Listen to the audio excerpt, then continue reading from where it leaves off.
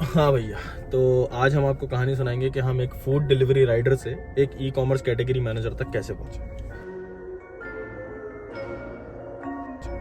तो बात है 2016 की। मेरे अब्बू के हेल्थ इश्यूज़ की वजह से मेरे ऊपर घर की जिम्मेदारियां आ गई। जिम्मेदारियां उठाने के लिए मुझे पैसे कमाने थे, पैसे कमाने के लिए मुझे जॉब करनी थी, जो कि मुझे नहीं मिली क्योंकि ना मेरे पास एक्सपीरियंस था ना मेरे पास एक्सपर्टीज़ थी, तो किसी ने मुझे जॉब देनी नहीं। मेरे चचा के रेफरेंस से मुझे एक जॉब मिली as a rider in Karachi, जो कि मैंने एक्सेप्ट की क्योंकि मेरे पास कोई और ऑप्शन था नहीं। तो राइडर की जॉब एक्सेप्ट करने के बाद मैं 8 महीने तक एज अ राइडर काम करता रहा उस रेस्टोरेंट में। 8 महीने में मैंने कुछ पैसे सेव किए और मैंने सोचा कि मैं कोई बिजनेस स्टार्ट करता हूँ। तो मेरे पास एक शॉप थी, वो शॉप मैंने और मेरे एक दोस्त ने मिलकर बिल्ड की, जहाँ पे हम सेल करते थे फ्राइज, मोबाइल एसेसरीज एंड बच्चों के खिलौने। और अब मैं करने लगा 2 काम, सुबह में शॉप, रात में एज अ राइडर। अब क्योंकि शॉप अभी स्टार्ट किए तो शॉप पे तो फुली डिपेंडेंट हो नहीं सकते थे, तो हम दोनों काम करते थे। सुबह में शॉप जाते थे, रात में एज अ राइडर काम किया करते थे। तो वो शॉप का जो आइडिया था वो ज़्यादा दिन तक चला नहीं, क्योंकि बिजनेस करने के लिए भी आपको बिजनेस करना आना चाहिए, जो कि हमें बिल्कुल नहीं आता था। तो 3 महीने बाद हमने वो शॉप बंद कर दी। अब हम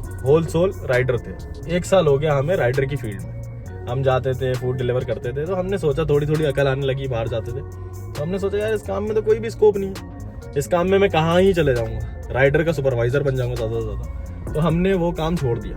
अभी हमारे पास सेविंग थी 50,000 रुपये से हमने अपने घर को सपोर्ट किया और 3 महीने गुजर गए, हमें कोई और काम नहीं मिला प्रोफेशनल। तो मेरा एक दोस्त था दानियाल, उसने मुझसे बोला यार तुम आईबेक्स क्यों नहीं जाते, आईबेक्स में वॉक इन इंटरव्यूज़ होते हैं, हर दिन इंटरव्यूज़ होते हैं, तो तुम देखो इंटरव्यू देख। तो मैं गया आईबेक्स, वहाँ पर मैंने इंटरव्यू दिया और मैं रिजेक्ट हो गया क्योंकि मुझे सिस्टम हैंडलिंग नहीं आती थी, बात करना नहीं आती थी, टाइपिंग मुझे नहीं आती थी, तो उन्होंने मुझे रिजेक्ट कर दिया। खैर दानियाल का वहाँ पे कोई रेफरेंस था, दानियाल ने मुझे फिर इंटरव्यू पे बुलाया और इस बार मैं सिलेक्ट हो गया। क्यों? मैंने अपने इंटरव्यू में बताया कि मैं राइडर था, तो उनके पास एक डिपार्टमेंट था राइडर सर्विसेज फूड पांडा में। तो उन्होंने बोला आप राइडर के इश्यूज जानते हैं तो उनको आप अच्छे से हल कर सकते, तो हम आपको राइडर सर्विसेज के डिपार्टमेंट में जॉब दे देते हैं as a rider services coordinator. Ibex से मेरी ज़िंदगी में थोड़ा सा बदलाव आया, यानी मुझे एक ई कॉमर्स की फील्ड मिली। तो आईबेक्स में गया, वहाँ पे मैंने 1 साल 8 महीने तक काम किया as a rider services coordinator. 1 साल 8 महीने काम करने के बाद अभी तक मुझे कुछ नहीं पता कि ज़िंदगी में आगे क्या होना है, मुझे ज़िंदगी कहाँ ले जाएगी, मेरा फ्यूचर क्या होगा, कुछ नहीं पता। रोटेशन शिफ्ट थी आईबेक्स में, कभी सुबह जाते थे, कभी शाम में जाते थे, कभी रात में जाते थे। तो एक दिन मेरे एक दोस्त ने बोला दराज में 3rd पार्टी हायरिंग ओपन हुई है, तो हम गए वहाँ पे इंटरव्यू देने। हमने वहाँ पे इंटरव्यू दिया। अब आईबेक्स में 1 साल 8 महीने काम करने के बाद इतनी नॉलेज आ गई थी कि सिस्टम हैंडलिंग आ गई थी, कम्युनिकेशन आ गई थी, बात करना आ गई थी, इंटरव्यू देना आ गया था। तो उन्होंने मुझे हायर किया as a customer service executive. यहाँ पे मुझे क्या बेनिफिट था, क्योंकि मैं राइडर्स को डील करता था, अब कस्टमर्स को डील कर रहा हूँ, तो एक तरीके से मेरे लिए प्रमोशन थी। दूसरी चीज़, मेरी मॉर्निंग की शिफ्ट थी 9 to 6, संडे ऑफ। एक अच्छा लाइफस्टाइल था, यानी उस as a rider services coordinator के मुताबिक अभी मेरा लाइफस्टाइल थोड़ा सा बेहतर हुआ। तो 6 महीने में दराज में as a customer service executive काम करता रहा। 6 महीने बाद मेरी एक दोस्त थी सना, जो कि आईबेक्स में मेरी शिफ्ट लीड थी। 6 महीने बाद उसका मेरे पास फ़ोन आया, क्रेव मार्ट एक स्टार्टअप लॉन्च हुआ कराची में, तो सना को उन्होंने एज अ मैनेजर हायर किया और सना ने मुझे फ़ोन किया कि मैं टीम बना रही हूँ तो तुम मेरी टीम में आओ। मैं उसकी टीम में गया।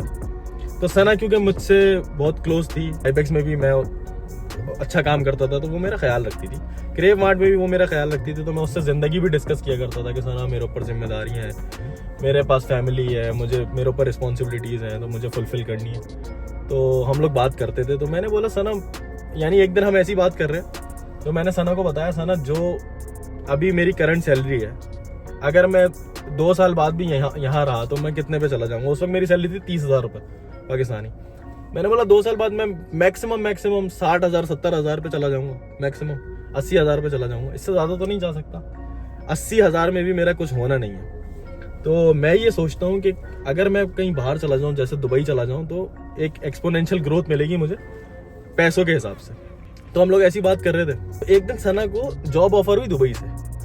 अब सना तो जा नहीं सकती थी क्योंकि उसकी शादी थी, तो उसने मुझे फ़ोन किया कि मुझे तुम्हें दुबई जाना है। मैंने बोला हाँ मैं चला जाऊँगा दुबई। तो उसने उन लोगों को मुझे रेफ़र किया, उन्होंने मेरा इंटरव्यू कंडक्ट किया, इंटरव्यू में मैं पास हो गया हूँ समहाउ। वो लोग मुझे दुबई ले आए। तो सना ने यहाँ तक मेरी बड़ी हेल्प की। सना के रेफरेंस से मैं दुबई तक आ गया, लेकिन जो जॉब थी वो अच्छी नहीं थी, उसके अंदर कोई ग्रोथ नहीं थी, कोई फ्यूचर नहीं था। तो मैंने ये सोचते हुए कि यहाँ पे टाइम ज़ाया करने से अच्छा है मैंने वो 3 महीने का, उन्होंने मुझे विजिट वीज़ा दिया था, मैंने वो विजिट वीज़ा पूरा किया। 3 महीने बाद मैंने वो जॉब छोड़ दी। जॉब छोड़ने के बाद 3 महीने का मैंने वीज़ा एक्सटेंशन लिया। 3 महीने तक मैं जॉब ढूंढता रहा क्योंकि ये बहुत टफ मार्केट थी। मैं कंपेटेबल नहीं था इस मार्केट के हिसाब से, क्योंकि पाकिस्तानी एक्सपीरियंस था मेरे पास। तो 3 महीने तक मुझे कोई भी काम नहीं मिला। 3 महीने बाद मेरा वीज़ा ख़त्म हो गया, मुझे अभी तक कोई काम नहीं मिला। तो मेरा एक कज़न है सऊद, मैंने उससे बोला कि मुझे वीज़ा चाहिए, तो उसने मुझे हेल्प आउट किया, उसने मुझे वीज़ा दिया। और उस वीज़े की वजह से मुझे, क्योंकि अब मेरे पास अपना वीज़ा था, यहाँ पे वीज़ा की कॉस्ट होती है, एक कंपनी अगर आपको हायर करती है तो उसको आपके लिए वीज़ा की कॉस्ट बेयर करनी होती है, जो कि है 8,000 दिरहम। अब मेरे पास क्योंकि अपना वीज़ा था, तो जिस कंपनी में मैं अभी काम करता हूँ वहाँ पे एक ओपनिंग आई as a customer service executive. वहाँ पे मैंने इंटरव्यू दिया, तो इंटरव्यू मेरा कुछ खास अच्छा नहीं हुआ, लेकिन मेरा समहाउ एक्सेल का टेस्ट अच्छा हो गया। तो उन्होंने मुझे चांस दिया क्योंकि मेरे पास ओन वीज़ा था। उन्होंने बोला ठीक है, हम आपको चांस दे रहे हैं, लेकिन आपको अपने आप को प्रूव करना है। मैंने बोला ठीक है। तो हम काम करते रहे। उस वक्त छोटी सी टीम थी, यानी मैं था, मेरा बॉस था, एक टेक हेड था, और आउटसोर्स हमने टीम की हुई थी इंडिया में, सपोर्ट, कंटेंट, ये सब। तो मैं काम करता रहा। अभी तक मुझे कुछ भी नॉलेज नहीं है, ना यूएई मार्केट की, ना हमारे बिजनेस की। We are into coffee business. अभी तक मुझे कुछ नहीं पता कि किस तरीके से होती हैं चीज़ें। तो फिर थोड़ा काम किया।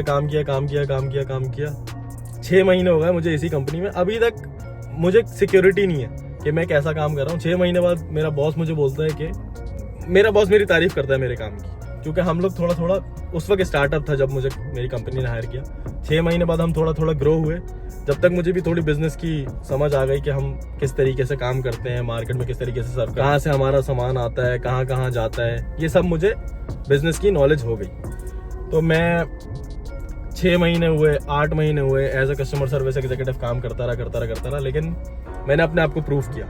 तो 8 महीने as a customer service executive इस कंपनी में काम करने के बाद मैं मूव हो गया सेल्स डिपार्टमेंट में। सेल्स डिपार्टमेंट में मूव होने के बाद अब मुझे, क्योंकि सेल्स का एक्सपीरियंस था नहीं, तो मैं क्या करता था, मैं देखता था कि मार्केट के अंदर एक चीज़ बिक रही है 20,000 दिरहम की, तो मेरे पास कोई टैक्टिक्स नहीं है वो चीज़ बेचने की। तो मैं क्या करता था, कस्टमर को अच्छे प्राइस ऑफर करता था। अगर मार्केट वैल्यू है चीज़ की 20,000 दिरहम, तो मैं 19,000 दिरहम देता था। तो ऐसे करते अल्हम्दुलिल्लाह मैंने सेल्स की, जो मेरा टारगेट मुझे बॉस ने दिया वो मैंने अचीव किया। तो आज मैं उसी कंपनी में हूँ, मुझे 2 साल हो गए। अब मेरी टीम है, हमारा बिजनेस है 4 कंट्रीज़ में, यूएई, ओमान, केएसए और इंडिया।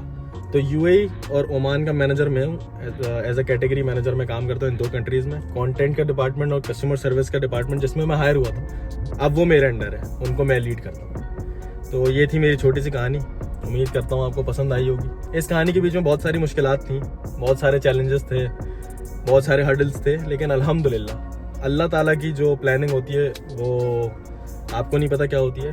तो एक सेइंग होती है कि I ask God for flowers but he gave me rain.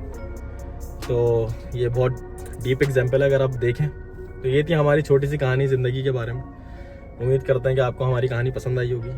अगर पसंद आई है तो मेरी वीडियो को लाइक कर दें, सब्सक्राइब करें। मिलते हैं आपसे इंशाल्लाह अगली वीडियो में, जब तक के लिए अपना ख्याल रखें। Bye bye guys, see you, take care.